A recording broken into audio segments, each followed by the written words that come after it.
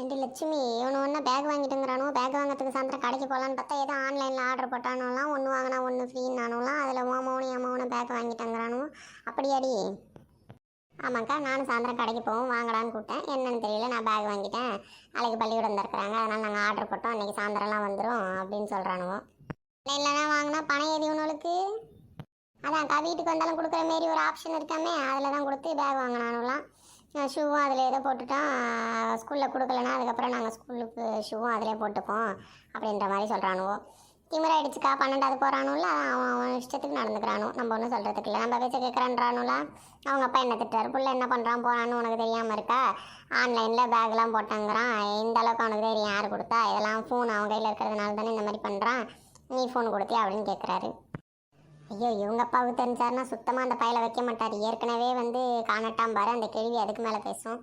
இதில் வேற இவன் பேக்லாம் ஆன்லைனில் போட்டான்னு சொன்னான்னு வச்சுக்கோயேன், இன்னும் என்ன மோசமாக திட்டுவார். ஏதாவது சொல்லி தான் சமாளிக்கணும். இந்த பையலுக்கு சப்போர்ட் பண்ண வேணாலும் பார்த்தாலும் வீட்டில் மாட்டிப்பானே, அடி வாங்குவானேன்னு நம்ம நினைக்க வேண்டியதாக இருக்குது. 2 பேர் வரட்டுங்க, கேட்கணும். கேட்காம விட்டா ஒன்றும் சரி வராது. இவ்வளோ வேற இப்போ கிளம்பி வந்துருவாளோ, நம்ம 5 மணிக்கு வாங்கினோன்னே சொல்லி வாயமுள்ள 2 பேர் பின்னாடி வந்து நிற்கிறாளே. அக்கா, எங்கெல்லாம் விட்டு போகலான்னு இருந்தீங்களோ, நாங்கள் தெரியாமல் வந்துட்டோமோ. நீங்களாம் பேக் வாங்க கூட்டிங்கன்னா எனக்கு ஃபோன் பண்ணி சொல்லி என்ன சீக்கிரமாக கிளம்பி வாங்கினாலுங்க. சரி, ரொம்ப நாள் ஆச்சு நம்மள வெளியில் போய் உங்க கூட போன ஒரு என்டர்டைன்மெண்ட்டாக இருக்குமே, நானும் கிளம்பி வந்த வீட்டில் இருக்கிற வேலையெல்லாம் முடிச்சுட்டு. வாங்கடி வாங்க, உங்கள்கிட்ட தான் சொல்லணும்னு நினச்சேன். பேக் வாங்க போகலாம் நம்ம ஒரு ஐடியா பண்ணிகிட்டு இருந்தால், இந்த பையில கேட்டால் இந்த பையில தான் ஆன்லைனில் ஷாப்பிங் பண்ணிட்டானுலாம், வீட்டுக்கே வந்துருமா. நாங்கள் ஆஃபரில் போட்டோம், ஒன்று வாங்கினா ஒன்று ஃப்ரீனாங்க, ஆஃபரில் போட்டோன்றானோ. இப்போ என்ன பண்ணுறதுன்னு தெரியல, முடிச்சுட்ருக்கோம். என் வீட்டுக்காரருக்கு தெரிஞ்சால் திட்டுவார், அவனே பேக் வாங்கிக்கிட்டானு. அக்கா அப்பா அண்ணன்கிட்ட சொல்லாதீங்க, அது பேக் வாங்கினா தெரிஞ்சால் திட்டுவார்ல. வந்ததும் வந்துட்டோம், வாங்க அந்த திருமணம் வரைக்கும் வச்சு போயிட்டு சும்மா ஊரை சுற்றி பார்த்த மாரி பார்த்துட்டு வரோம். இந்த ஊரில் சுற்றி பார்க்க என்ன இருக்குது சொல்லு? நம்மளும் இந்த ஊருக்கு அந்த காலத்துலேருந்து அங்கே போவோம் இங்கே போவோம்னு நினைப்போம், ஆனால் ஒன்றுத்துக்கும் போகிறது கிடையாது. சரி வாங்க அஞ்சலக்கா, ஃபஸ்ட் ஆஃப் வரைக்கும் போய் என்டர்டைன்மெண்ட் பண்ணிட்டு வரும். வந்தது வந்துட்டோம், எங்கேயாவது போகாமல் போனால் ஒன்றும் மனசு ஏற்றுக்காது. சரி வாங்கக்கா, போயிட்டு வரோம். வீட்டுக்கு போனால் அந்த கிழவி முடிஞ்சு தான் பார்க்கணும், அதனால் நம்ம போயிட்டு வரோம். ஹலோ, எஸ்கியூஸ் மீ, எல்லாரும் என்ன வீட்டுக்கு எங்கே கிளம்பிட்டீங்க? வா அத்தா, உன்னை விட்டு போயிடுவோமா? போனால் தான் நீ எங்களை விட்டுடுவியா? வா, நாங்கள் பேக் வாங்குற வேலையெல்லாம் முடி வச்சிட்டோம், தெருமுனைக்கு தான் போகிறோம். வா. ஏன்க்கா பேக் வாங்க போல? கத்திக்கா திருப்பி பழைய கதையை சொல்லிக்கிட்டே இருக்க முடியாது. வாங்கடி போவோம், பேக் வாங்கல, அவ்வளோதான், கேன்சல் ஆகி போச்சு. போவோம். அக்கா பஸ் ஸ்டாப்புக்கு எதுக்குக்கா இப்போ வந்திருக்கோம்? இதுக்கு போனால் மாமியார் முடிஞ்ச பார்க்கணும் தான் பஸ் ஸ்டாப்புக்கு வந்திருக்கோம். பேக் வாங்குறேன்னு சொல்லிட்டு வந்தாச்சு. சரி, 1 மணி நேரம் நேரத்தை ஓட்டிட்டு போவோமேனு வந்தேன். என் மணால் தான் மரத்தடியில் உட்காந்து கதை பேசுறது சொல்லு. ஆனால் நம்ம என்ன பயலோல அங்கே உட்காந்து ஏதாவது பிள்ளையோட சைட் அடிக்கலான்றதுக்கு உட்காந்துக்கிட்டு என்ன பண்ணுறது சொல்லுங்கள்? வேறு எங்கேயாவது போயிருந்துருக்கலாம். சரி விடு எழுச்சி வேலை. நம்மளுக்கு பஸ் ஏதாவது வரும், ஃப்ரீ பஸ், மகளிர் பஸ் வந்துச்சுன்னா ஏறி போயிட்டு கொஞ்சம் தூரம் போயிட்டு வருவோம். என்ன சொல்கிறேன்? அதுவும் நல்ல யோசனை தான்க்கா. பஸ் ஏதாவது வந்துச்சுன்னு வச்சுக்கோங்களேன், அது போயிட்டு அப்படியே வரும். அக்கா அது ஒரு நல்ல பஸ்ஸாக வருது, ஏறுவோமா? இந்த பஸ் ஃப்ரீ தானடி, காசு கேட்க மாட்டாங்களே. மகளிருக்கு ஃப்ரீன்னு தான் சொல்லியிருக்காங்க, காசு கேட்க மாட்டாங்க. சரி வாங்க ஏறுவோம். அம்மா ஏமா பஸ்ஸில் ஏறி அங்கிட்டு இங்கிட்டு நிற்கிறேன், எல்லாரும் உட்காருங்கம்மா. ஏன்க்கா இப்போ நம்ம நின்றுக்கிட்டு இருக்கோம்? நின்றுக்கிட்டே போனதாம்மா பஸ்ஸில் ஜாலியாக இருக்குது, நல்லா காத்தோட்டமாக இருக்குல்லக்கா. ஆமாம்மா, நல்லா காத்தோட்டமாக இருக்குது, ஜாலியாகவும் இருக்குது. பஸ்ஸில் போயிட்டு வரதுக்கு வீட்டில் இருக்கிறதுக்கு 2 நாள் அப்படி இலவச பஸ்லேயும் போயிட்டு வரலாம், ஜாலியாக இருக்கும். அஞ்சலக்கா, நம்ம பேசாமல் வீட்டில் வேலையெல்லாம் முடிச்சுட்டு டெய்லி காத்தாடப்படி பஸ்ஸில் வந்துட்டு போனால் நேரம் போகிறதே தெரியாதுல்ல. ஆமாண்டியுமா, நேரம் போகிறதே தெரியாது. இருந்தாலும் வீட்டில் இருக்கிற வேலையை யார் பார்க்குறது? டெய்லி பஸ்ஸில் வந்துட்டு போகிற அளவுக்கு நம்மளுக்கு நேரம் இருக்குது. அப்படி இல்லைக்கா, வீட்டில் இருக்கிற வேலையும் பார்த்துக்கணும், வரும்போதே கீரை உருவது இருந்தால் கீரை எடுத்துகிட்டு வந்துக்கணும், அரிசி கழுவுறது இருந்தால் குண்டானில் தண்ணி ஊற்றி எடுத்துகிட்டு வந்துக்கணும், துணி காய வைக்கிறது வந்து எடுத்துகிட்டு வந்து அப்படியே பஸ்ஸில் போட்டு அப்படி காய வச்சு எடுத்துகிட்டு போய் என்ன சொல்கிறீங்க? ஃப்ரிட்ஜ் இங்கே எடுத்துகிட்டு வந்து வச்சுக்கோங்க, மிக்ஸி எடுத்துகிட்டு வந்து வச்சுக்கோங்க, கிரைண்டர் எடுத்து வச்சுக்கோங்க, அப்படியே மாவு அரைச்சிட்டு சட்னி அரைச்சிட்டு இட்லி ஊற்றி எடுத்துகிட்டு போயிடலாம் பாரு. உங்களுக்கு தான் கவர்மெண்ட் பஸ் கட்டி விட்டுருக்கு. லட்சுமி, நீ சொல்கிற மாதிரி நம்ம வேலையெல்லாம் கொஞ்சம் அப்படியே பஸ்ஸில் பார்த்துக்கிட்டே போகலாம், ஃப்ரீ தானே, இப்படி போயிட்டு அப்படி வர்ற மாதிரி போய்க்கலாம் தான். என்ன சொல்கிறேன்? ஆமாக்கா, நீங்கள் சொல்கிறது ஒன்றும் கரெக்டு தான். நம்ம அப்படியே நம்ம வேலையை பார்த்துக்கிட்டே போயிட்டு வந்துடலாம். இந்த அக்காக்கெல்லாம் என்ன பேசிக்கிட்டு இருக்காங்க? இந்த அக்காவுக்குலாம் டிக்கெட் இல்லைன்றதுனால போயிட்டு வந்துக்கிட்டு இங்கேயே குடும்பம் நடத்திக்கலான்னு யோசிச்சுட்டு இருக்காங்க போல. ஒன்றும் சொல்கிறதுக்கில்ல. என்னடா தம்பி, எங்களை பற்றி ஏதாவது சொல்கிற போல் இருக்கே? ஆமாக்கா, மகளிருக்கு இலவசம்னோடனே நீங்களாம் இங்கே டென்ட்டு போட்டு தங்கிடலான்னு யோசிச்சுட்டு இருக்கீங்கன்னு அதை தான் சொல்கிறேன். அப்படி இல்லைடா தம்பி, காத்தோட்டமாக இருக்குது பற்றியா? வீட்டில் இருந்தால் ஃபேனு போடணும், ஃபேனு செலவு, லைட்டு போடணும், லைட்டு செலவு. பஸ்ஸில் வந்துட்டு போனால் காற்றுக்கு வாங்கினது காற்று வாங்கிடுச்சு. இப்போ நம்மளுக்கு வேலை செய்கிற ஆளுக்கும் தெரியாது, அப்படியே இருந்துக்கலாம் பார்த்துக்க. சரி அக்கா, அப்போ நாளையிலேருந்து ஒரு நாள் நம்ம பஸ்ஸில் வந்துட்டு போயிடுவோம். நல்ல யோசனை தான். நாளிலேருந்து கொஞ்சம் வேலையெல்லாம் முடிச்சுட்டு இருக்கிற வேலை எதனா இருந்துச்சுன்னா கையில் எடுத்துகிட்டு வந்துட்டு போயிடுவோம். என்னக்கா சொல்கிறீங்க? வருவோம். கண்டக்டர் டெய்லி வரதை பார்த்து நம்மளை பஸ்ஸில் ஏற்ற மாட்டோம் பார்த்துக்க. ஆமாம், அவனை பஸ்ஸில் ஏற்ற மாட்டான்னு சொல்கிறது இலவசம்னு சொல்கிறதுக்காக நம்ம ஏறணும், ஏறாமல் இருப்போம். நம்ம எத்தனை வாட்டி வேணாலும் ஏறுவோம், அது நம்மளோட இருப்போம். அது என்ன அவன் சொல்கிறது? அதுவும் உண்மைதான். சொல்லப்போனால் அந்த பஸ்ஸை கொண்டு போய் வீட்டில் நிறுத்திப்பீங்க போட்டிருக்கு கவர்மெண்ட்டு பஸ்ஸு. சரிக்கா வாங்க, பஸ்ஸில் ஏறி ரொம்ப நேரம் ஆயிடுச்சு. அடுத்த ஸ்டாப்பிங் வரைக்கும் வேறு பஸ்ஸில் ஏறி நம்ம இதுக்கு போவோம். வேணா லட்சுமி அக்கா, இந்த பஸ்ஸை திருப்பி நம்ம பஸ் ஸ்டாண்ட்லேருந்து திரும்பி நம்ம ஊர் பக்கம் தான் போவோம். அதனால் நம்மளை கூப்பிட்டு போய் அவங்களே விட்டுருவாங்க, ஒன்றும் பிரச்சனை கிடையாது. இந்த பஸ்ஸில் உட்காந்துருங்க. அப்படியே அடி சொல்கிறேன்.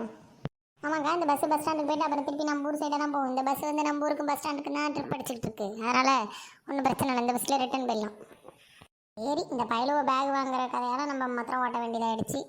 ஏதோ பள்ளிக்கூடம் போய் ஊர் விட்டா சரிதான். ஏதாவது அவனுக்கு பிடிச்சதை வாங்கிட்டணும், வீட்டில் சொல்ல முடியாதுன்றதுக்கு நம்மள நேரத்தை ஓட்டிகிட்டு போயிட்டோம்.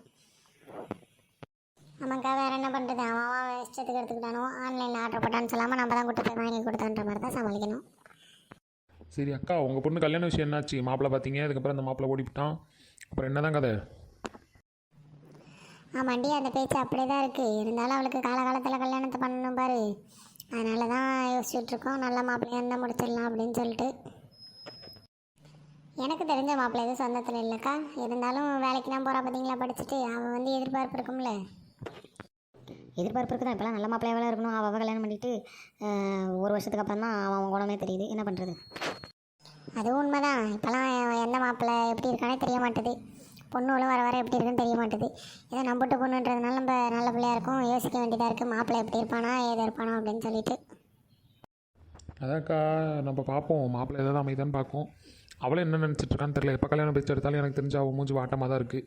அதனால் நம்ம யோசிக்க வேண்டியதாக தான் இருக்குது. சீதா கிட்டே எனக்கு தெரிஞ்சு ஒரு வார்த்தை கேட்டு பார்க்கலாம். நீங்கள் தான் அவன் மனசில் ஒன்றும் இருக்காதுன்றீங்க. எனக்கு என்னவோ சைலண்ட்டாக நம்ம கல்யாணம் பேச்சு எடுக்கும்போதெல்லாம் அமைதியாக இருக்கிறதுனால அவன் மனசில் எதுனா இருக்குமோன்னு எனக்கு யோசனையாக இருக்குது. அப்படி அடி சொல்கிறேன். எனக்கான ஒன்றும் தெரில. ஆனால் கொஞ்ச நாளாக ஏதோ மூஞ்சி வாட்டமாக தான் இருக்கிறா. என்னென்னு கேட்டால் என்னென்னு சொல்ல மாட்டான். ஆஃபீஸில் டென்ஷனாக இருக்குது, அதாக இருக்குது, இதாக இருக்குன்னு இருக்கா. இல்லைக்கா, ஒரு நாள் நீங்களே பொறுமையாக கேட்டு பாருங்கள், எதனா மனசில் நினச்சிட்ருக்கியா அப்படின்னு சொல்லிட்டு. இப்போலாம் பிள்ளைங்க விருப்பத்துக்கு தான்க்கா செய்ய வேண்டியதாக இருக்குது. அதுகளுக்கு பிடிச்ச வாழ்க்கையை அதுவாக வாழணும். தேவையில்லாமல் நம்ம வந்து அது மேலே எதையும் திணிக்கக்கூடாது. எப்பா, இந்த அக்காலெல்லாம் வீட்டில் பேச வேண்டியதாலே வந்து இங்கே பஸ்ஸில் பேசிட்டு உட்காந்துருக்குதுவோ. டேய் வாயை மூடு.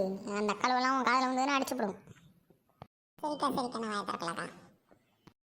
சரி, நீங்கள் சொல்கிற மாதிரி கேட்டு பார்க்கும் அவள் மனசில் எதனா இருக்கான்ட்டு.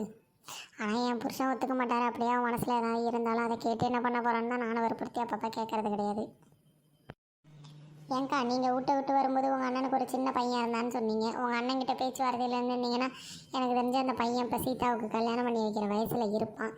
அவனை கூட சீதாவுக்கு முடிக்கலாம். நீங்கள் தான் உங்கள் அண்ணன் எங்கே இருக்காருன்னு தெரியலங்கிறீங்களே. எனக்கு ஆசை தான் லட்சுமி, எங்கள் அண்ணன் பையனுக்கு கொடுக்கணும், நம்ம ஒன்றுக்குள்ளே ஒன்று ஆகணும், சொந்தமாகணும்னு. ஏற்கனவே நான் வந்துட்டேன்றதுனால எங்கள் அண்ணிக்காரங்க அசிங்கப்படுத்திட்டேன்னு சொல்லிட்டு என் மேலே செம்ம கோவத்தில் இருக்கிறாங்க. என்னை பார்த்தாலே எங்கள் அண்ணி பேசாது. இந்த லட்சணத்தில் அவங்க எங்கே இருக்காங்கன்னு வேறு எனக்கு தெரியல. எங்கே இருக்காங்க நம்ம பார்த்து பேசியிருந்தா கூட அவங்க எப்படி இருக்கணுன்றதெல்லாம் புரிஞ்சிருக்கும். அப்போ நான் கல்யாணம் ஆகிறதுக்கு முன்னாடி வந்தது. இப்போ எங்கள் அண்ணி எப்படி இருக்காங்களோ, எங்கள் அண்ணன் எப்படி இருக்காங்களோ, அந்த பையன் எப்படி இருக்கானோ, இல்லை அவனுக்கு கல்யாணம் ஆகிடுச்சான்றதும் தெரியல பாரு. கல்யாணம் ஆகிருக்கிறதுக்குலாம் வாய்ப்பு இல்லைக்கா. கல்யாணம்லாம் இருந்தால் அவங்கள தேடி இருப்பாங்கல்ல, தங்கச்சி எங்கே இருக்குன்ட்டு. இந்த அக்கா எங்கே இருக்காங்கன்றது தெரிஞ்சாதானே அவங்க தேடுவாங்க. அதுவும் உண்மைதான். இந்த அக்கா எங்கே இருக்காங்கன்றது தெரியாமல் அவங்க எப்படி தேடுவாங்க கல்யாணத்துக்கு பற்றி கேட்கறதுக்கலாம்? தெரியல, நான் பார்க்கும். அமையணும்னு இருந்தால் எங்கே வாழ்க்கை இருக்கோ அங்கங்கே அவங்கவுங்களுக்கு அமையும். ஒன்றும் சொல்கிறதுக்கு இல்லை. இல்லைக்கா, மாப்பிள்ளை தேடுறோம்ல, அதை நினச்சி பார்த்தப்ப சொன்னேன், ஒரு வேளை உங்கள் அண்ணன் பையன் இருந்தால் அண்ணன் பையனை கொடுத்துருக்கலாம் அப்படின்னு சொல்லிட்டு. எங்கள் வீட்டில் மாமியார் கழிவு ஒன்று இருக்குது. அப்படியே இருந்தால் கூட ஒத்துக்காது. எங்கள் அண்ணனை பார்க்கணும், எங்கள் அண்ணன் பிள்ளைய பார்க்கணும்னு எனக்கு ஆசையாக தான் இருக்குது. சின்ன பிள்ளையாக இருக்கும்போது அவனை நான் தான் தூக்கி வளர்த்தேன். வீட்டை விட்டு இவரை பிடிச்சிருக்குன்னு வரும்போது அவனை விட்டுட்டு வந்தேன். அத்தைன்னிக்கிட்டு என் பின்னாடி தான் சுற்றிட்டு கிடப்பான். சொந்த பந்தெல்லாம் விட்டு போகாது அஞ்சலக்கா. என்றைக்கா இருந்தாலும் ஒரு நாள் வந்து சேரும். எங்கே இருக்காங்களோ கண்டிப்பாக அவங்கள தேடி ஒரு நாள் வருவாங்க. பார்ப்போம், வந்து சேர்றப்ப பார்ப்போம்.